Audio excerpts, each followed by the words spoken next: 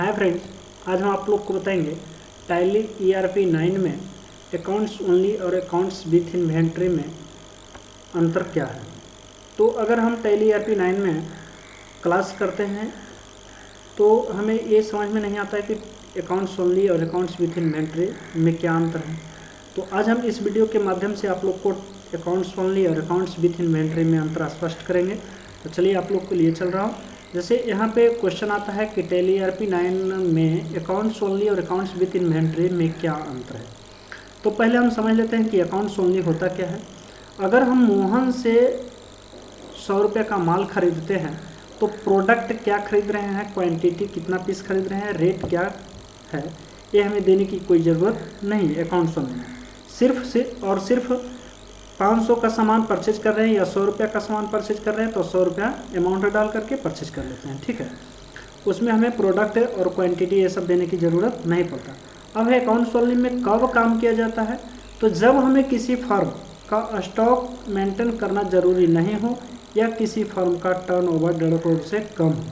यानी कि किसी कंपनी या किसी फर्म का 1.5 करोड़ से कम, एक साल में 1.5 करोड़ से कम की खरीद बिक्री हो रहा है तो अकाउंट्स ओनली का प्रयोग कर सकते हैं, ठीक है। अब है कि अकाउंट्स विथ इन्वेंट्री क्या होता है। तो यहाँ बता रहा है कि मोहन से अगर आप 100 रुपये का माल खरीद रहे हैं तो इंग्लिश बुक प्रोडक्ट में देना पड़ेगा, क्वांटिटी मतलब प्रोडक्ट में जो भी खरीदिएगा वो देना पड़ेगा, हम इंग्लिश बुक लिख दिए हैं। और क्वांटिटी कितना पीस खरीद रहे हैं 100 देना पड़ेगा, हम 10 पीस लिख रखे हैं। रेट क्या है 100 देना पड़ेगा, टोटल 100 रुपये। इस तरह से मेंटेन करना पड़ेगा अकाउंट्स विथ इन्वेंट्री में, ठीक है। अब है कि इसमें कब काम किया जाएगा, तो जब हमें किसी फर्म का स्टॉक मेंटेन करना जरूरी हो या किसी फर्म का टर्नओवर 1.5 करोड़ से अधिक हो तो अकाउंट विथ इन्वेंट्री में काम करना कंपलसरी होता है।